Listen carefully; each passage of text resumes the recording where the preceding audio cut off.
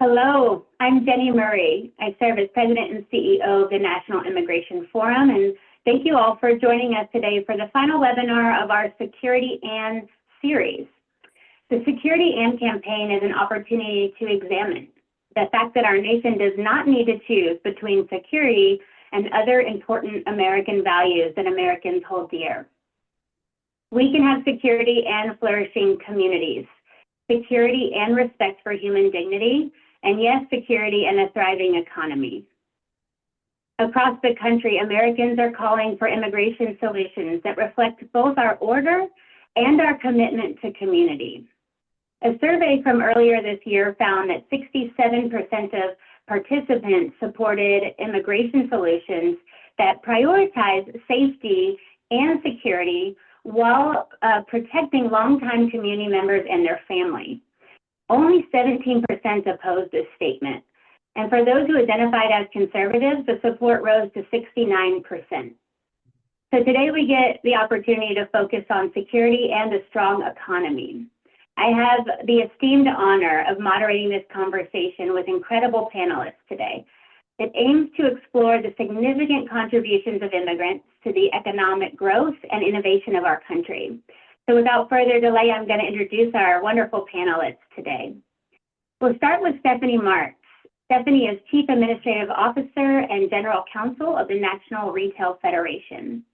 Her extensive career includes roles as the Senior White House lawyer in charge of ethics and compliance during the Obama administration, Chief Counsel to Senator Chuck Schumer, and legal advocate in both the private and nonprofit sectors, focusing on national security, immigration, and judicial nominations. Welcome, Stephanie.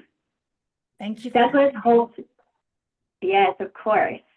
Douglas Holtz Eakin. He's the president of the American Action Forum. Doug has held several key policy roles, including chief economist of the President's Council of Economic Advisors during 2 separate terms, and director of the Congressional Budget Office from 2003 to 2005. In these positions, he played a central role in shaping resources in the early 2000s recession, the aftermath of 9/11, and major legislative efforts as the 2003 tax cuts and other major policies. Welcome, Doug. Thanks. And lastly, but definitely not least, Stuart Anderson, the Executive Director of the National Foundation for American Policy and Senior Contributor for Forbes magazine. He provides great analysis at Forbes on the intersection of immigration and the economy, among other things. Stuart served as Executive Associate Commissioner for Policy and Planning and a counselor to the Commissioner at the Immigration and Naturalization Services between 2002 and 2003. Prior to that, he spent over 4 years on the Senate Immigration Subcommittee, working with Senators Abraham and Brownback, ultimately serving as a subcommittee staff director. Welcome, Stuart. For having me. So we're really excited to dive into this conversation together with the three of you. We're so thankful to have such high esteemed expertise in this conversation.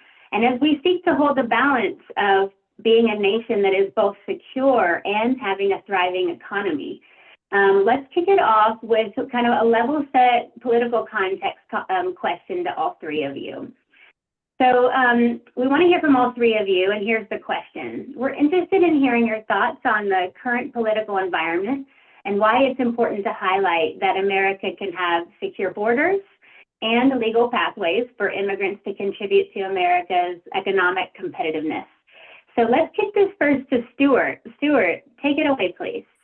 Well, I have an article this morning that talks about some polling that kind of contradicts the premise of Trump administration immigration policy, because the premise is that the policies are very popular, but actually the latest Quinnipiac poll shows that a majority of Americans oppose his handling of immigration, and including and even lower ratings on deportations. Now you have an interesting situation here where, as we know, immigrants are crucial to economic growth, because economic growth is made up largely of labor force growth and productivity growth, and immigrants are particularly important for labor force growth. Yeah, we have a situation where the goal that's being articulated uh, is to lower the amount of labor in the United States, both legal immigration and through deportations, other individuals. So you have and I think Doug and Stephanie can, talk to this as well, that in the past, when we've had debates in this country, there's generally been debates more about the means. In other words, you've had debates like, okay, let's, have less poverty, and then Democrats and Republicans might disagree on how to do that, or how do we get more growth? And there'd be different disagreements on that. Here you have a situation where the goal is actually to make the economy smaller, to make labor force growth smaller, and indeed make the labor force itself smaller and have less economic growth likely as a result of that. So essentially what we have is an objective that's being pursued by the administration that if it's achieved, it'll make the US economy and Americans poorer, have a smaller economy, and have it be a less dynamic economy. And that's what's really different in the current environment than we've had before, particularly on other issues. Thanks for kicking that off, Stuart. Doug, what would you add to the question? Well, it's a great question. I think there are answers that have to do with immigration, and Stuart touched on some of them. I think Americans need to understand the tangible benefits that they get from immigration. It's not widely, I think, understood, for example, that the very high level of immigration we got in 2023, an unexpected large number, was a big part of the Fed's success in bringing the inflation rate down rapidly without causing a recession. If you've got high prices, there's nothing better than more supply. And in 2023, we got a lot more workers, and we could produce a lot more goods without any inflationary pressures. Turned out that we also got great productivity growth because there were skills in those workers that we did not have in the economy. Those are tangible benefits. Inflation was the single most disliked phenomenon in any poll in that era. It was something we hadn't seen in 40 years. It remains a scar on many household budgets. And immigration was part of the solution. And I don't think that's widely appreciated. It's important to point out that in the immigration debate. More generally, I prefer it when policy debates discuss both the benefits and the costs of those policies. There are very few things we do that are one-sided in their entirety. We're always trading off the things that we're going to get from a new policy with the things we can't do as a result, and the trade-offs there. And immigration has been presented through this sort of narrow prism that's been all bad news recently. And it's not I think a full-fledged discussion. It would be a good example for policymaking in all areas at the federal level to go back to thinking through what are the facts on the ground, good news, bad news, and what are the options that we have. And that, I think, would deliver a better debate to the American people. Thanks. I really appreciate that addition as well, Doug, and the reminder of the balance in the conversation. Stephanie, definitely, last but definitely not least, what would you add to the political landscape piece? So I would say that I think a lot of people who haven't spent a lot of time thinking about immigration policy, unlike those of us on this call, don't think about the direct tie between security and what some people decry as very dangerous illegal immigration and the economic issue at stake.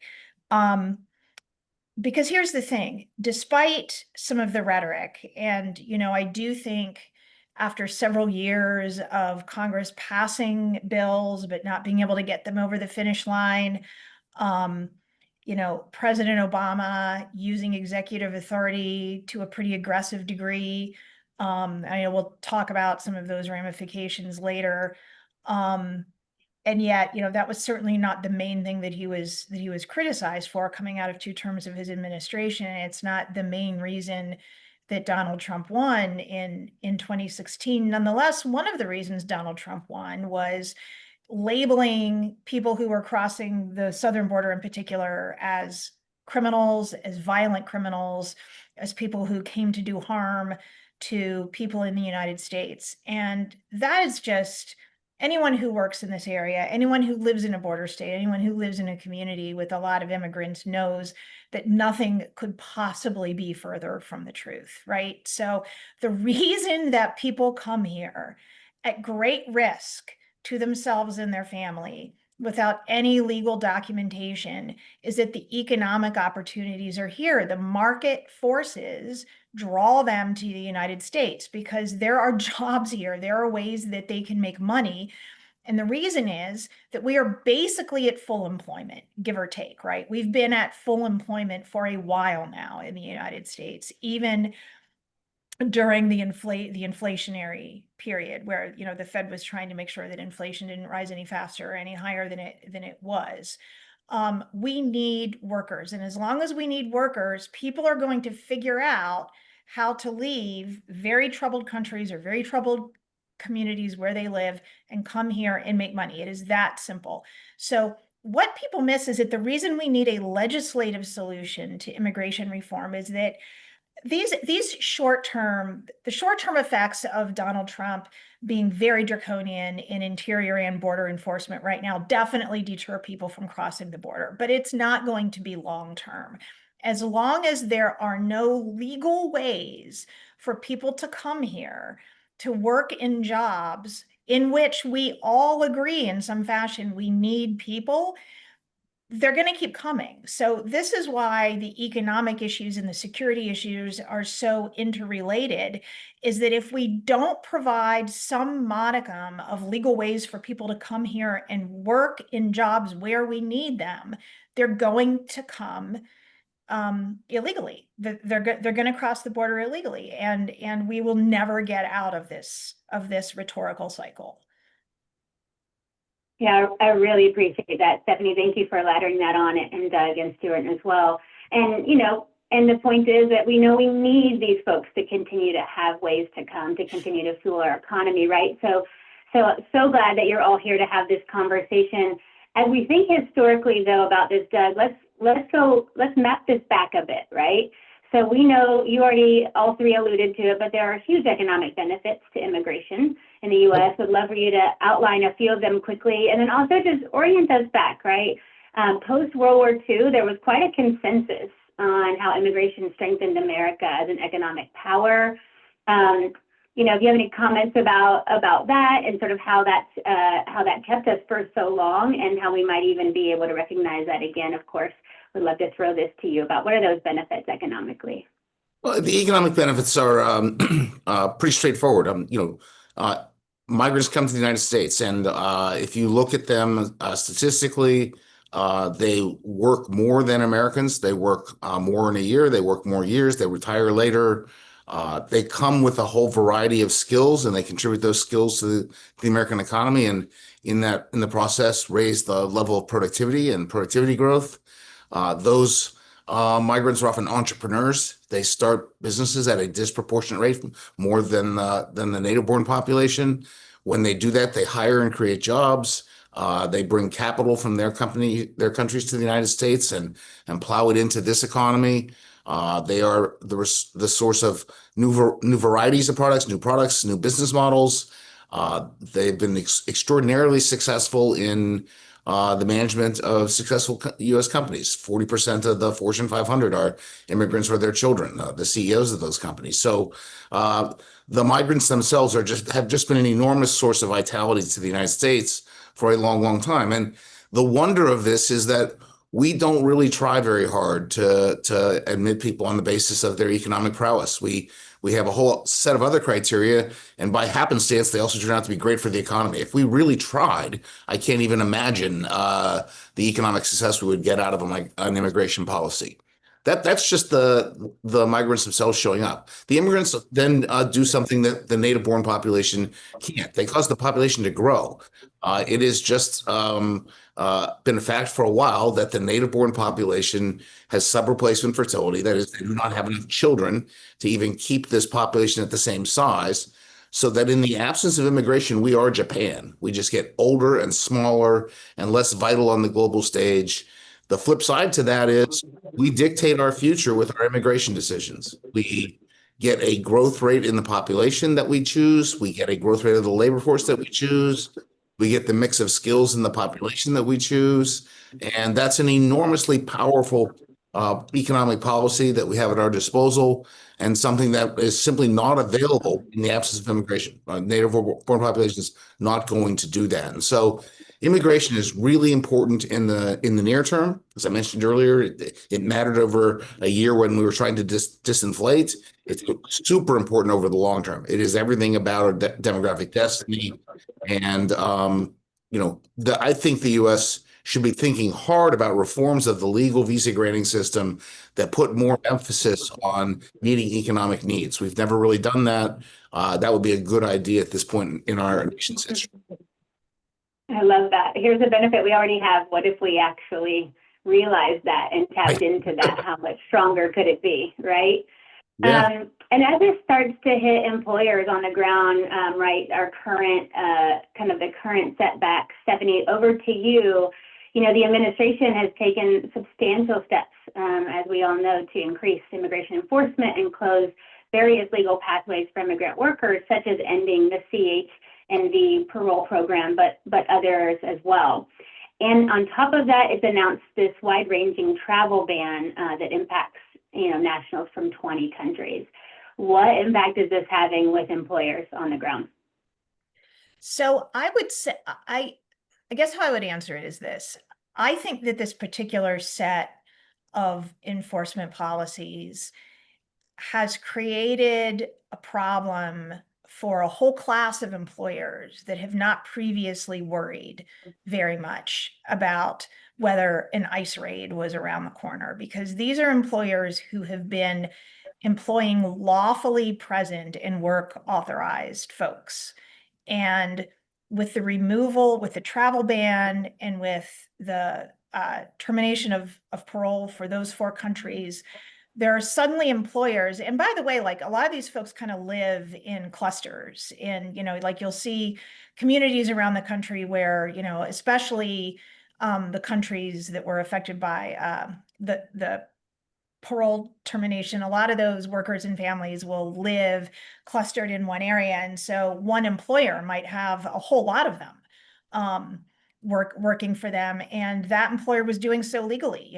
These folks were here, they were here on parole, they had work authorization, same for people who are now affected by the travel ban. And so now there are all of these employers out there who are terrified to hire an immigrant of any kind.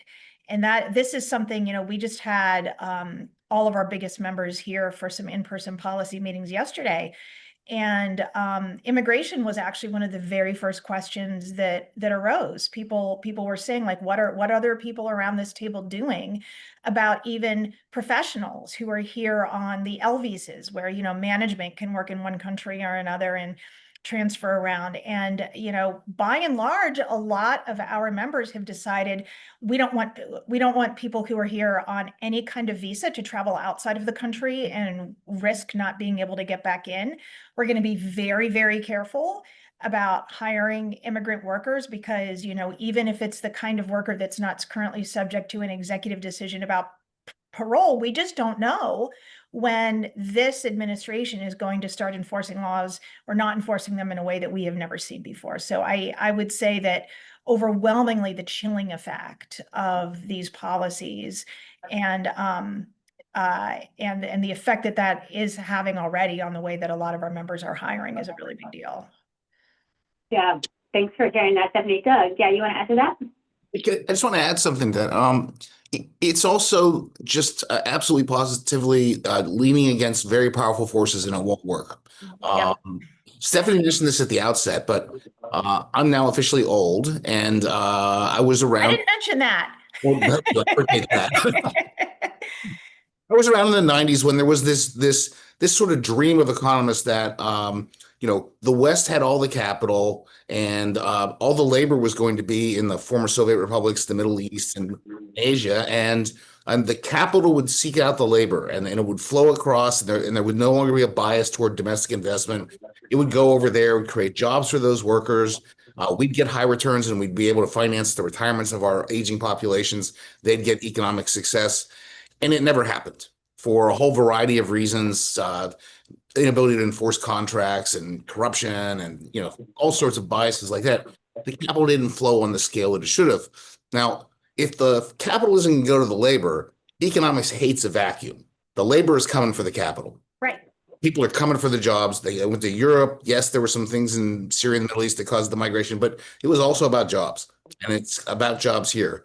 Those forces are global and powerful, and the administration's this year policies on what's going on at the U.S. border are tiny by comparison, and it would be smarter for us to recognize the forces and harness them on our behalf. Yeah, such a good point. A great addition there.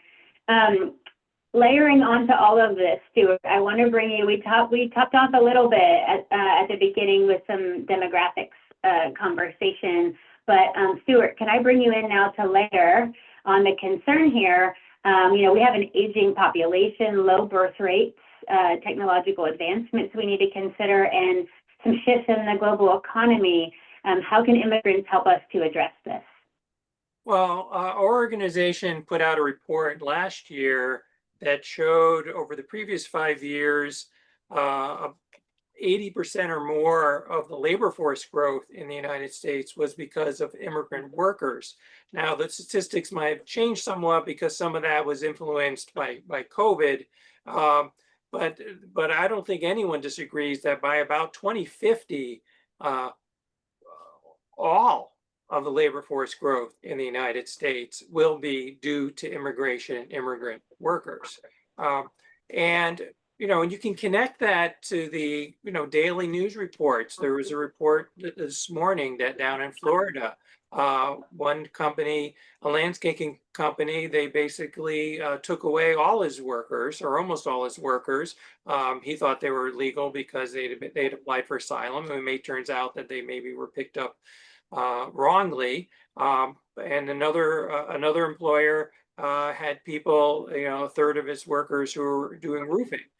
Now, this gets to what Doug was alluding to about the aging of the U.S. population. Are there really people who are sitting at home in Florida watching the news and saying, well, now that I saw that story, I'm going to go work on the top of a roof?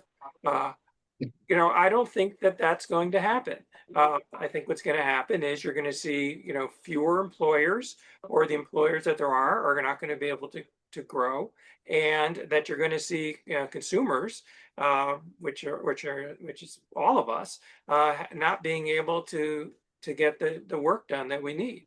And on the higher end, when you look at anything in the tech field, there's this idea that you can that you can make a force field around the United States and protect the work, that it would, as long as you can keep out foreign-born people. But that's not the way it works, especially as you move up the value chain. You can get work done in most parts of the world and have it done there, and then eventually it can come back to the United States in some form. But the United States loses many of the benefits economically by having almost all the work performed outside the United States, if it would have made sense for it to be performed inside the United States. So that's what we're losing on immigration policy, whether it's at the high end or for more niche, or for jobs that fill in niches that Americans, particularly because of demographics, are not going to be filling. Kudos on condensing that as an economist, Stuart. That was really good. That could have gone on for a while, and I really appreciate how you condense that for us and help us grapple with that. So Doug, another big one then, to just sort of add right in. You alluded already a little bit earlier to sort of expanded legal pathways for foreign-born workers and what they could contribute to the U.S. workforce. What are those areas that we should expand, if you have any, right off the top of your mind, but also what the benefits could be if we really, as you said earlier, actually thought about this as quite an opportunity? Well, I mean, I think at this juncture, you could imagine just looking at the existing visa granting system and saying, okay, we can do more than we're doing now. We can also, in particular, look at the places where we have chronic shortages. H-1Bs jump immediately to mind, and make them make those have more of them. Make it easier for them for people to be mobile across firms, across different industries with a visa. At the moment that there's not that, grant work opportunities to the spouses of visa holders. There's a lot you could do with the existing system with relatively modest reforms to make it more flexible, more effective in targeting the needs of the U.S. economy. And then at the other end of the spectrum, there could be a wholesale reform where we've, in the process, thought hard about how we're going to get the workers that we need and want. And we've done variations of this in bills that didn't get over the finish line. But, one possibility is you could do essentially a resume reading exercise where you look at the person's skills and you say, okay, has an advanced degree, has work experience, speaks English, get points for that, points for that, points for that. And if you get enough points, you're in. And you just essentially do it like reading resumes and saying, this is a quality applicant, we want them. And then you can also just let the market decide and have people say, okay, not a great resume. We all know someone who didn't have a great high school career, but turned out to be a fantastic success. Well, there are people like that all over the world, and they can apply to the U.S. and they find someone who wants to employ them. They can then work in the American labor market. If they're continuously employed, you can then give them points for that, and they can qualify on the other system. I mean, there are a lot of things we can do that would recognize economic prowess in the existing system or in a new one, and put that not in replace of our traditional values, but in addition to them, and have a workforce that's growing more rapidly and in the right places, the right skills, the right talents to serve the American consumer, which is the real benefit that people need to recognize. It's not the competition that someone's coming here and taking something. Someone is coming here and contributing to the general welfare, and that's the key. Yeah, I really appreciate that last word, Doug. We often think about it as a scarcity, right? But it's really actually what we could expand, what we could move this as an opportunity into, rather than a scarcity of resources and opportunities, right? We can grow more. Yeah. It's so good. So Stephanie, Doug alluded to the many times, several of us have been a part of the great many thoughts of legislative solutions. So let's talk about some of the hurdles, kind of what's preventing the expansion of some of these pathways, and how can and should bipartisan consensus be used to achieve some of these challenges or solve some of these things together. So I mean, I guess I'll start with a little bit of historical context, just so that we're all kind of on the same page with where we've been and where things are. And that's that in the mid-2000s, Congress tried and failed by various margins several times to pass what we call comprehensive immigration reform. One big beautiful bill, to coin a phrase, that would fix all of the problems that we've been talking about, as well as things like the family backlog, country caps, all kinds of things that have previously served as bottlenecks on the wait list of people trying to get here legally. 2013, I think, is probably the closest that we came. We had a bill pass the Senate with 68 votes. Just think about a big bill like that these days passing the Senate with 68 votes. You can't even imagine being able to accomplish that now. But it had that many votes. It had a ton of bipartisan support, and it did a lot of the things that Doug just talked about. It replaced a lot of the numbers that we had otherwise previously squeezed into family and some other categories, and really transferred them to workers. And there was a point system. You got a certain number of points depending on your level of education and the profession or the job that you were in, and what you wanted to come here and do. Employers could be sponsors. We also had need measured by unemployment in various sectors and metropolitan statistical areas. It was as rational as we felt like we could make it, given the data that we had. And the reason that the conventional knowledge was the conventional wisdom was that we had to do a comprehensive bill was twofold. First of all all politics is local. And, we even see now that you can poll on the president's deportation policy and get one result, but poll people on what's happening in their communities and get a very, very different result. And so the idea of comprehensive reform is that everyone's got some skin in the game. We've got members of Congress who really, really want seasonal crab pickers. We've got members of Congress who really, really need to see the ag visa structure completely reformed. We've got others for whom high skilled workers is a really big deal. Others for whom Filipino nurses are a really big deal. And so you put all of that together and you get everybody on the same page. The other thing is that it ends up paying for itself. If you do it all in one big bill, the score that the CBO will give you is actually pretty good, because all of these folks are paying into Social Security legally. They're paying taxes. They're paying into all of the benefit systems. They're creating jobs. They're expanding local jurisdictions and states' tax bases. And then that is what you can use to pay for more border enforcement or more tech material on the border. Or if you want to hire more ICE agents, that's fine. This was the compromise we had struck. It has completely, I think that approach has really gone by the wayside at this point. The reason is that one thing is that some of what we viewed as low-hanging fruit at the time, like the need for high skilled workers from other countries, is not even low-hanging fruit anymore. There's less agreement on some of those key issues than there ever has been. I also think that just the rhetoric around what it is to be American and what it is to be proud to be here and what our communities are supposed to look like has changed so dramatically.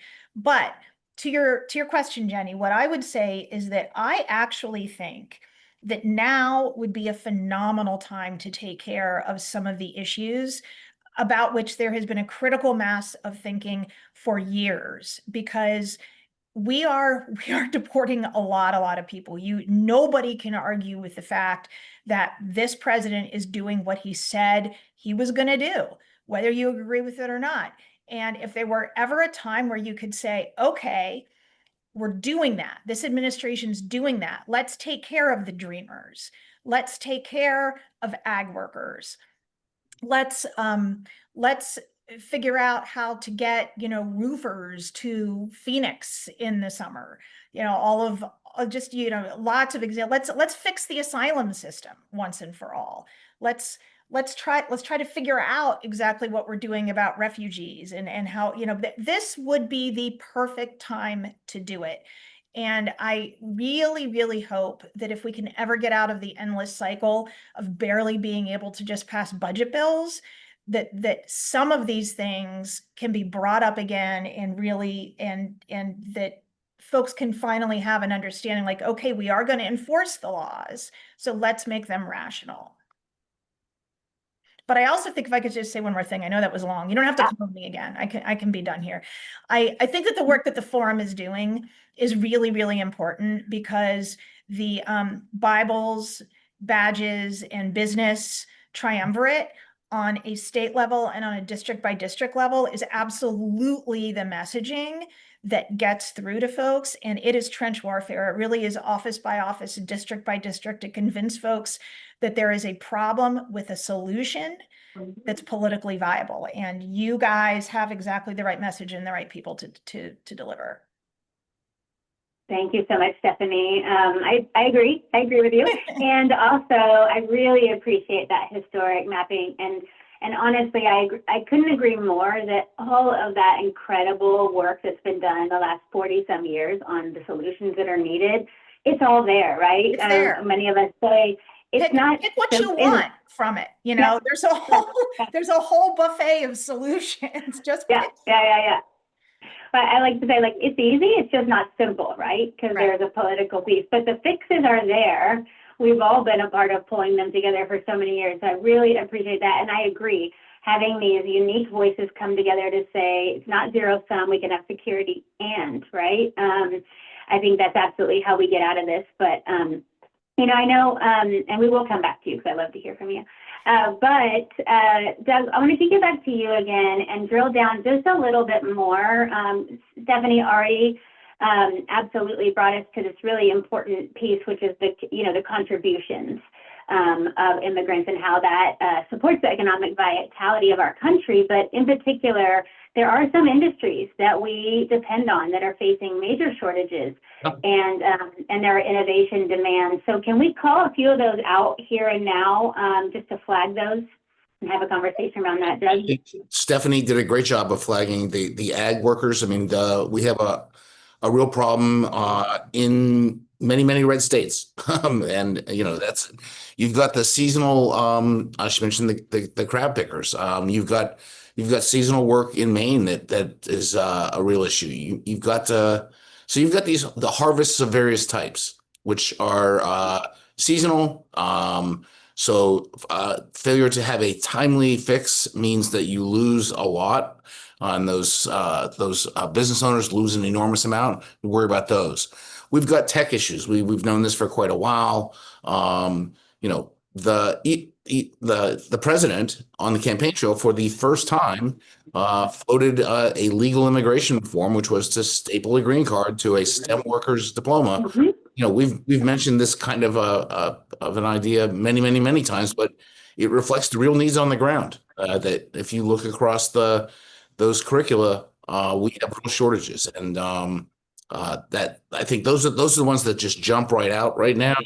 But I think the key is to recognize that if we start solving those problems, new ones will appear, because the economy will grow, it will expand in all dimensions, and all of the needs will have to be met somehow. Stuart's right. The workforce that is going to meet those needs is going to be driven by immigration. And so you need to have a reform that is, yes, targets the immediate needs, but is flexible enough over time that you get what you need across the entire economy. That's right. So Stuart, jumping right in then, let's talk about attracting and retaining the high-skilled immigrants, right? And how we can continue to increase our competition in the global talent market, right, as we talk about stapling a green card to some of these diplomas. What would you add to this, Stuart?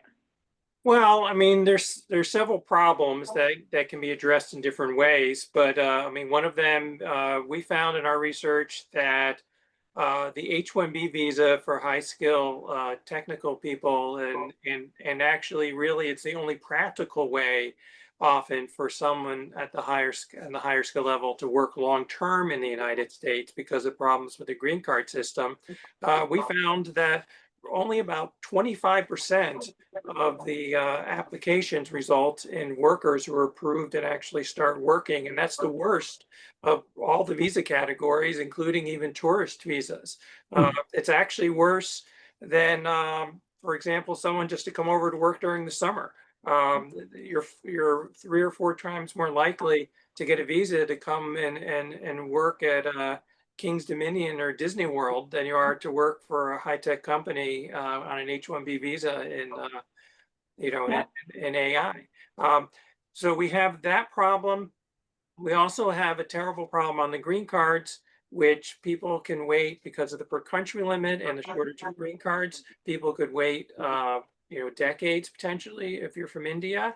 The backlog, we're looking at probably close to 1 million or more, depending when you're looking at it in the high skill area.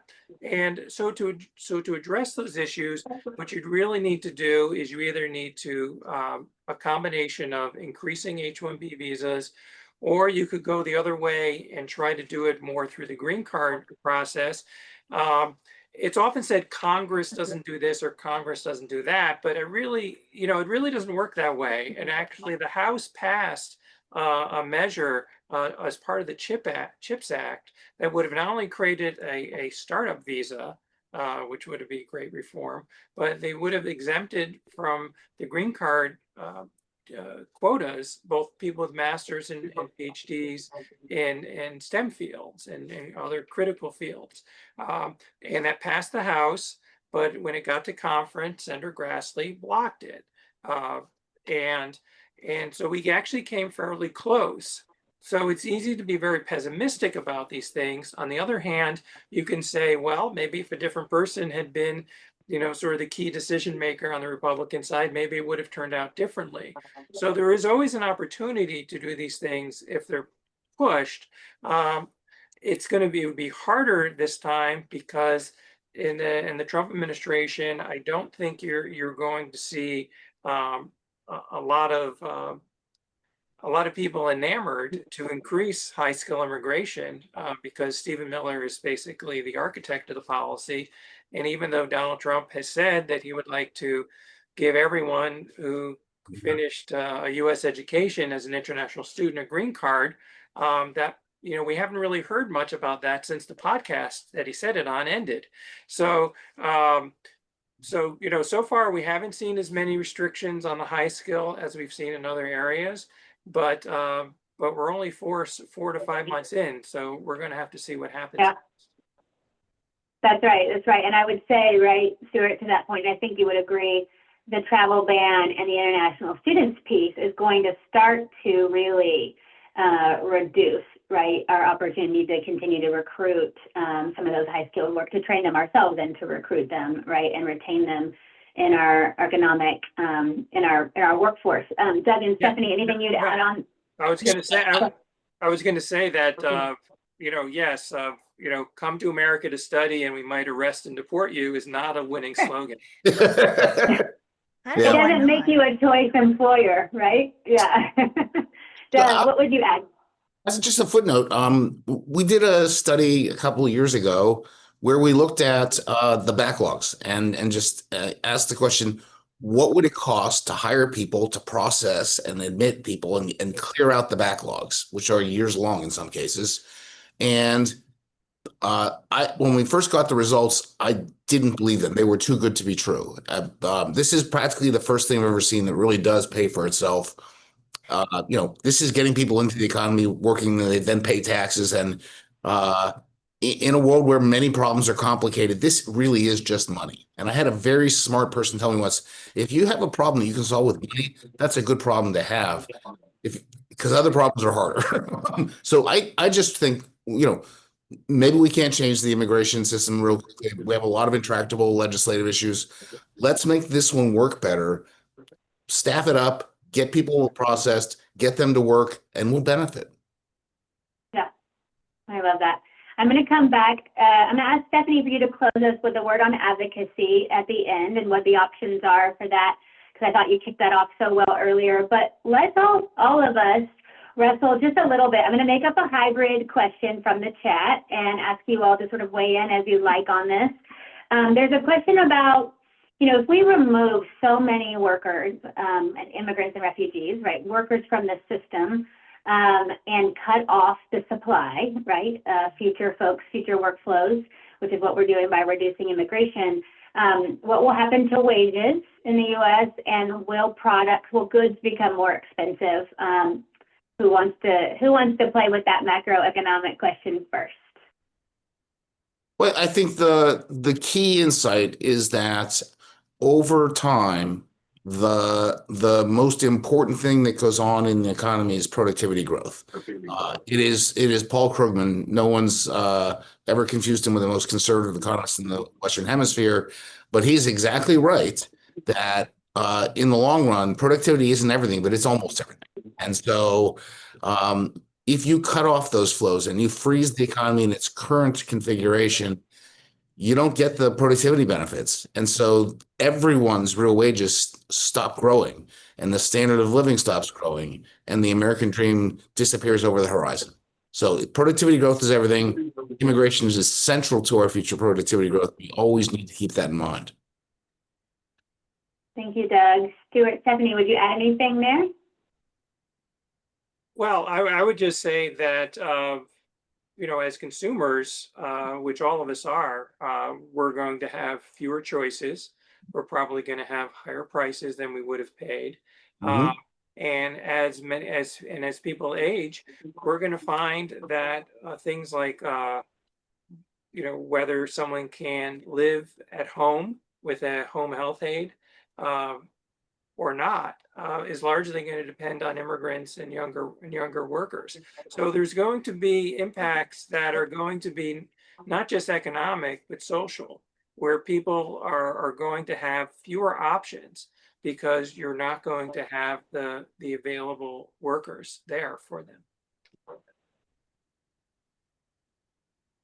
Anything else, Stephanie, or can I kick it to you for the advocacy question to wrap up our great conversation? I think I can kind of wrap one into the other.